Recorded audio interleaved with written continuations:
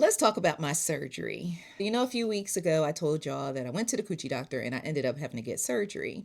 After some insurance stuff and postponing, and my doctor got emergency surgeries and all that, I went and got the surgery done on yesterday, Wednesday, April 16th.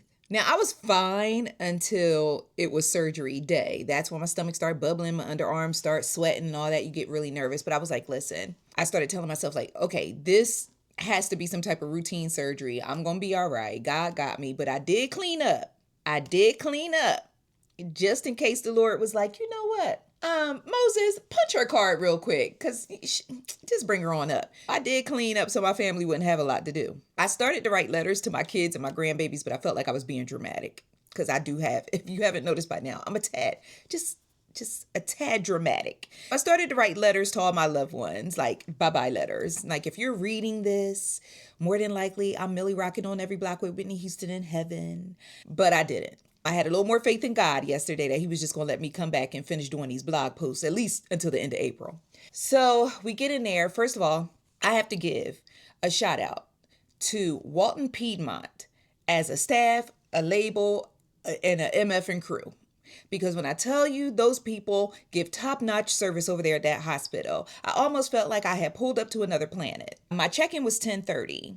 I checked in at 10:30. They said, okay, you can go over here and have a seat. I done brought my laptop, my phone, everything, because I'm planning to work. I sit down at 10:30, 10:35, the registration lady's calling my name. I go over to the registration, hey, I'm Xaviera, blah, blah, blah, blah, blah. Is this you? Yeah, this you. She smacks me on a bracelet. We go around to the surgery waiting area. Then I was like, why the whole time? Now, this is how I know I'm a content creator. Why the whole time I was like, dang, I should have had my DJI out so I can get some footage inside the hospital. JB looking at me like, ma'am, you getting ready to have surgery and you talking about getting content. But I got to let the people go on my journey. You get what I'm saying? You content creators feel that. I got to take the people on my journey.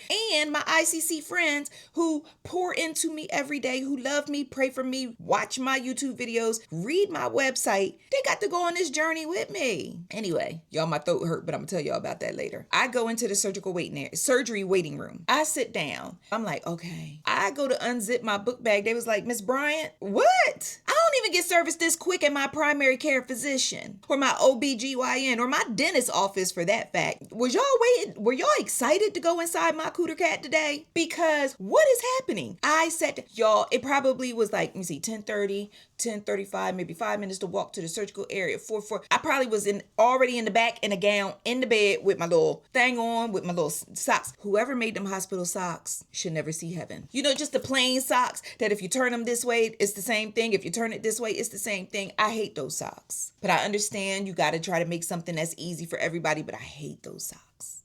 I hate the texture of those. I'm one of those people that my socks got to feel good on my feet. I'm sorry. That's just me. If you one of those people whose socks got to feel good on your feet, drop down in the comments below and say, my socks got to feel good on my feet. I need to feel like Jesus is hugging my toes or just holding my feet as he orders my steps throughout the world all day, every day. Anyway, they take me back. I'm dressed. And shout out to the new little paper, the little hospital gowns. It's like, it felt like, I don't know, I ain't been in a hospital ever. But it was a hospital gown, but it was like paper, but it was like a thick paper. It wasn't like that cheap paper, the little paper gown they give you at the gynecologist that when you go to tie it too tight, it'll just rip from the thing. No, this was like some high-tech Avenger Marvel Studios type of, hospital gown. And it had like the little breakaway Velcro right here. It tied behind the neck and tied behind the back, but they told me not to tie behind the back because when I sit down, it was going to choke me about the neck. I followed instructions. So anyway, I get in there. Now, I'm giving y'all these play-by-plays because I didn't have my camera. Okay, I still want y'all to go on this experience with me. I'm sitting in there and I'm like, dang, I should have brought my phone, because I ain't bring my phone because I'm trying to do the right thing. I don't want to be one of those people that they say, look at her, another American tethered to her phone. But I was like, dang, I could have brought my phone and got this footage for y'all. But anyway, I'm in the bed. They come in and the staff, amazing. Shout out to Brittany. Shout out to, what was his name? Hayden put an IV in my arm. Y'all, I hate IVs. I just hate IVs. IVs feel like Wolverine just slid his hand up into your body and just left it there. I hate IVs. Hayden put an IV right here. First, he tested this area. Then he tested here. Shout out to all the phlebotomists out there. Phlebotomy. Phlebotomist. I'm gonna leave it alone. But y'all know who y'all are. The people who draw blood and all the good stuff. Okay. But anyway, he goes in. He testing different, like, with his little thing, like wiping and checking out the veins. He said, okay, I'm gonna go in right here. And I'm like, God, dog, because I was rather him going in the back of my hand. But then that was another blessing from God, because I wouldn't have been able to type today. See that? So he goes in right here. Y'all, Hayden put that IV in my arm. He was like, okay, get ready for a big prick. And I was like, all right, I'm ready for the big prick. He was like, all right, all done. Y'all, I got an IV and barely even felt it. It felt like somebody went like this. An IV, mind you, an IV. I was like, Hayden, you on my Christmas list. Just know that. Forward your information to my people. You on my Christmas list. Best IV in the whole wide world. Good grief. Then they brought me some warm and little cozy blankets. Well, their idea of a blanket. A hospital blanket is about this thin. But they brought me 2 of them. They was because y'all know an anemic queen got to stay warm. They brought me the blanket. So I'm in there. I'm posted up like I'm in the bed. When I get really, really nervous, I try to sleep stuff off, if that makes sense. They were coming in, they had me in the bed, but I was back in the, waiting to get wheeled into surgery areas. It almost reminds you of like a triage at an emergency room where there's the different little, and then you just pull the curtain. I'm in there, but they had my curtain open so everybody who walked by can just look at me. And I'm like, yo, I'm not going to be making eye contact with people all god darn day while I'm waiting to get my coochie operated on. I'm just going to close my eyes. I would just close my eyes, I was like, maybe I can catch a little cat nap because I'm expecting to be back there for quite some time. People were coming back, and of course, the nurses, doing all my vitals and all that cool stuff. And then the anesthesiologist came back there. So she got all the hottest questions for me. Like, am I on meds? Do I smoke? Do I drink? Do I do crack? Just all the standard questions. And so she was asking me, do I have any allergies to medicine? Do I have any breathing issues? Anything that could be of a concern once they put me under anesthesia. So I'm like, no. So she was like, okay, well, I'm going to be in the room with you and let me just go over a few things. Now, mind you, I'm doing an excellent job. Excellent of keeping my anxiety in check, my nerves in check. I did not get bubble guts, but I'll get bubble guts before I do an interview, but I did not have bubble guts before surgery, which probably was a good thing, right? All right, but especially considering I was ass out in my gown. But, okay, then she's like, all right, so this is, we're going to wheel you in and, we'll get you hooked up to whatever the proper things. And then we'll go ahead and administer. Oh, I'm going to give you some oxygen, put the oxygen mask on for oxygen. Once you get the anesthesia, then I'm going to remove the mask and I'm going to put a tube in your throat for breathing. A tube? You mean y'all going to incubate me? Oh man, my anxiety went to Jupiter because I was like, you know what? I thought this was like a little routine situation. Like when I went and got I almost said my prostate exam. When I went and got my colonoscopy, I thought it was going to be like a little routine procedure like this. Y'all talking about breathing tubes down my throat after I just watched the season finale of The Pit? Jesus. I'm like, okay. I was like, oh, okay. I felt the meltdown coming up. I was like, you know what? I gotta close my eyes and just try to pretend to be going back to sleep. She was like, so that's what we're gonna do. And then of course, Dr. Chen comes in. That's my doctor. I was like, there go my girl. She was like, so she comes in. I have a few more questions about the surgery that came to me while I was in deep thought, trying not to have people stare at me while I was waiting for my surgery. I was like, wait a minute. So what about this? I know she probably was like, ma'am, I done seen you 13, 11 million thousand times in the office. You ain't asked me none of this. Now, all of a sudden today, you want to know this, and this, who wrote Purple Rain for Prince and this, that, and the third. No, listen, let me tell you, you already know this stuff. So but she was kind enough. I feel like, oh, that is hair. She was kind enough to answer all of my questions and go over it again to calm my nerves. All right, bet. Thank you, Dr. Chen. You the best. Okay, boom. And she came in with this cute little name tag on that was like a uterus and some ovaries, and it said Dr. Chen in the middle. That was real cute. It was a little pink. Yeah, okay, anyway. She was like, all right, well, you are all set. We are good to go. I'm just waiting for a room now. So once the room is ready, they'll wheel you down. I will see you then and blah, blah, blah. All right, boom. I need to rewind to the anesthesiologist. She said, once we get you to the room, we're going to have you get into the other bed. And I was like, okay. I was like, all right. So now I'm picturing them rolling in my little thing, and then it's another bed there, and I just scooch on over, like you just scooch on over. And I figured since whatever the procedure that I was getting, I assumed I was going to have to put my feet in some type of stirrups or something, right? I'm like, okay, I probably got to scooch over, put my feet in the stirrups, and then they do X, Y, Z, and then I go to sleep, blah, blah, blah, blah. blah, blah, blah, blah. Okay, she was like, yeah, we're going to roll you in. You got to scoot over, blah, blah, blah. And then she picked up with the whole, we'll do the oxygen, we'll do the, and that's important. I had to go back because that is an important thing to note, that I was going to have to go in there and scooch over to the other thing. And then they start the oxygen, the anesthesia, and then do the incubation with the throat thing for the breathing. Now, she said, don't worry, because we're going to go ahead and do the tube in the throat while you are asleep. We're going to remove it before you wake up. Never knew it happened. Just may have a sore throat. I was like, okay. Now, before they took me to the back, they was like, oh, yeah, we need you to take these pills. This is for anti-nausea, blah, blah, blah, this, that, and the third, blah, blah, blah. And I was like, okay, you know. She was like, it was like a little cocktail. I just threw that thing back and one swallow of water, I was good. The woman comes in, my anesthesiologist, and she says, hey, she said, we'll be going down soon. I'm going to put this in your IV.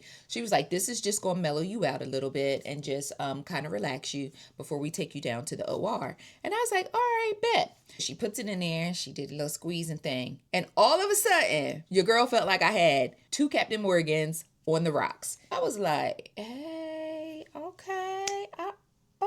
Okay.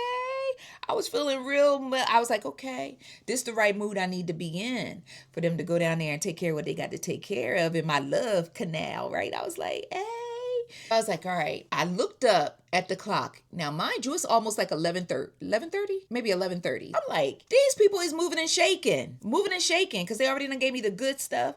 And I compared it to, remember the Sunny D commercials when they had like, you can get Sunny D or the purple stuff. I feel like they gave me the purple stuff in the back. So I was like, hey, I just went like this, closed my eyes to relax. Next thing I hear, I was like, Miss Bryant. I heard them say, Miss Bryant.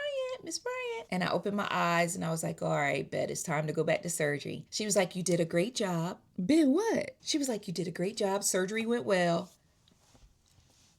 What you mean surgery went well?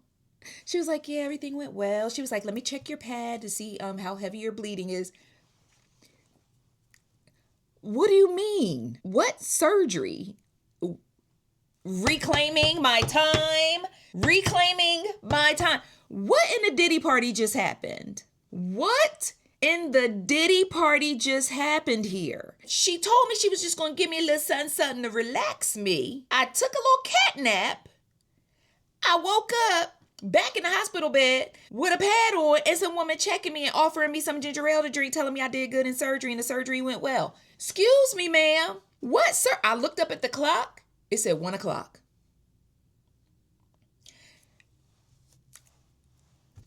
I'm still trying to reconcile the feeling of having 11:30, 12:30, an hour and a half of my life completely gone, and I don't even know what the hell happened to it. I don't even know what I was doing. I don't even know what I was saying. I don't know if I farted in the operation room.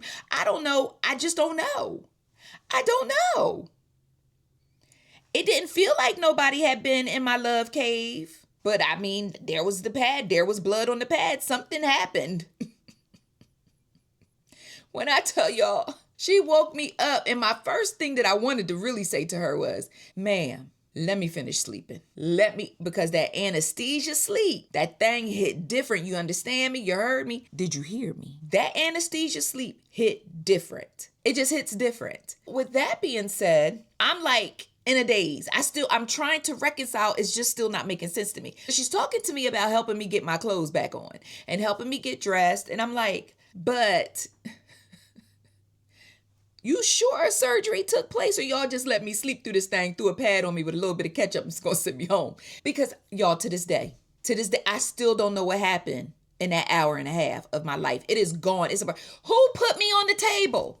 The table I was supposed to scooch over to. Y'all had to pick my big ass up because y'all know I done gained a little weight. That's why I do all my videos from the neck up, because from the down bottom be down bottoming. I got fupas, lupas, koopas, and all the whoopas downstairs. So who scooched me to the table? Who scooched me to the table? And now this morning when I woke up, my throat feel like my throat feel different. I'm about to say something get me in trouble. But my throat feel crazy today. It feels insane today. Yesterday I was fine. Now, after the surgery, she told me, hey, just put your clothes on in the bed. And when you get up and get ready to pull your pants and your panties and your panty drawers up, I'm going to help you. I was like, all right. And there's a vulnerability of being like in the hospital, going to the doctor's office, especially when like random strangers is all in your, and your VIP area. You get what I'm saying? Like, everybody can't come in here and pop bottles in my VIP section. So there's a vulnerability in that. But I got dressed because y'all know I put on my red Skims outfit again for the blood of Jesus. If you watch my videos, you notice that I got a routine. I wear the same clothes over and over again, but let me stay focused. Anyway, I put my clothes on and I put my socks, my shoes, my good feeling socks back on. I wanted to sling that hospital sock across that.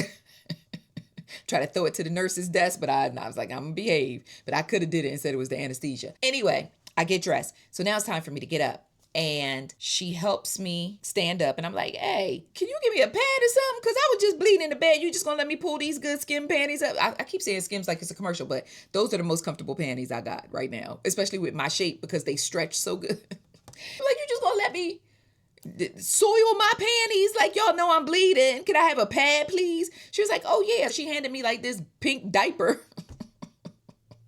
Okay. And it was funny because when I got there, I told my husband, I was like, oh yeah, I brought a pad just in case, but he out in the lobby with my purse, so it ain't doing me no good. I should have at least had the wherewithal to bring the purse with me, but I was scared. I just ran back there when they called my name. Anyway, she helps me get dressed. She calls my husband's like, hey, she's gonna be out in 20 minutes, blah, blah, blah, blah. Pull the car around. So he pulls the car around. Y'all, I felt like, I can't even describe how I felt coming out that anesthesia. I felt dizzy, loopy, sleepy, nauseous. I was down bad yesterday. So she puts me in this little chair and she's wheeling me to the car. I'm trying to close my eyes because I'm getting motion sickness from riding in this wheelchair. She brings me out to the car. JB is waiting for me out in the car. He gets out the car. You know, he's helping me in the car and stuff, and I get in the car. So I'm like, yo, I'm hungry because one thing I'm going to do is eat. I could not eat after midnight the night before the surgery, and I could barely, after I drank my Gatorade that they told me I needed to drink, I couldn't have anything else to drink. I'm like, yo, I'm hungry. I want Chick-fil-A soup,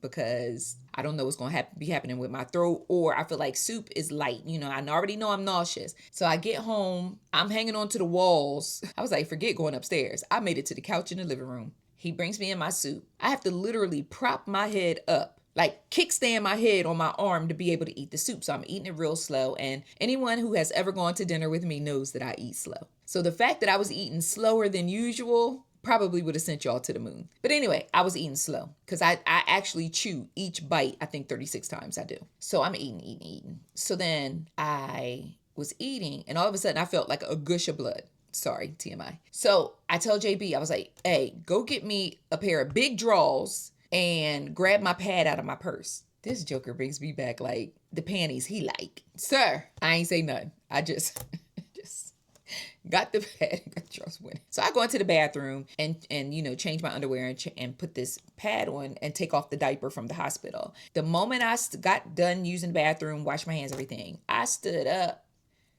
That Chick-fil-A soup came back. So I'm just throwing up and throwing up and throwing up. So I throw up all the chicken noodle soup. I made it back to the couch. And well, I rinsed my mouth out and then I made it back to the couch. I laid down and I slept probably from like 1:30 or 2 o'clock until 7:30 last night. So I woke up this morning and it feels like somebody tried to jump down my throat. Literally, not figuratively. It feels like somebody tried to jump down my throat. But other than that, the rest of my body feels completely fine. You know I got work to do. I see emails coming in now. So I feel like myself. I'm doing well. I just had to share that surgical experience because y'all, I feel like I need somebody to show me documented footage of that hour and a half of my life that I lost and I cannot get back. I don't know what happened to it. Who scooched me over to the other bed?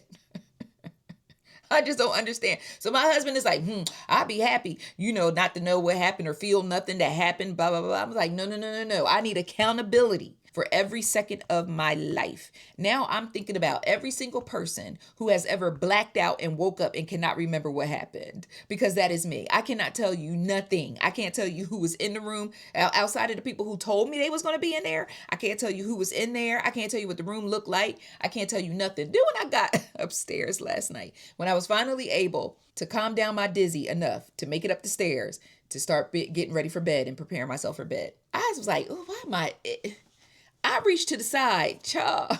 They done left a LED on what I call it a LED, but you know the things that they stick to your body and connect the EKG machine too. They done left one over here under my arm. It's just hanging with me. I said, Lord. So then my husband told me, don't take that off. You don't know that might be something that you need. They got to do when you get back to, sir, this is an EKG machine thing. Child, I ripped that thing off and put it in the trash. I was like, not them leaving. I was like, then your mind start going, if they left an EKG on me, did they leave tools down there in my cootie cat? But no, one thing about my cootie cat, she don't play. Any foreign entities that she did not select to be in, she gonna expel them. No foreign entities. So if they forgot something up there, trust me, I'm gonna get it about 12 noon today. I'm gonna get it 12 noon today when I use the restroom. It'll be back. Won't play. She don't play that. Who invited you here? She don't play that. I say all of that to say, thank you so much for all the prayers. I love my ICC community. The way y'all prayed over me yesterday was just absolutely beautiful. I was too out of it to go and just send my thanks individually. But yes, I sincerely appreciate every last one of you. Y'all know I love y'all. Y'all don't need me to tell it, but I will say it because love is action. So I'm going to be active and let you know that I love you. And thank you to my beautiful friend Tasha, who stepped up yesterday, looked out for my baby while I had surgery. And my husband, of course, he did his big spousal thing yesterday. But yeah, so that is behind me now. I can breathe a sigh of relief. Now it's just waiting for the results.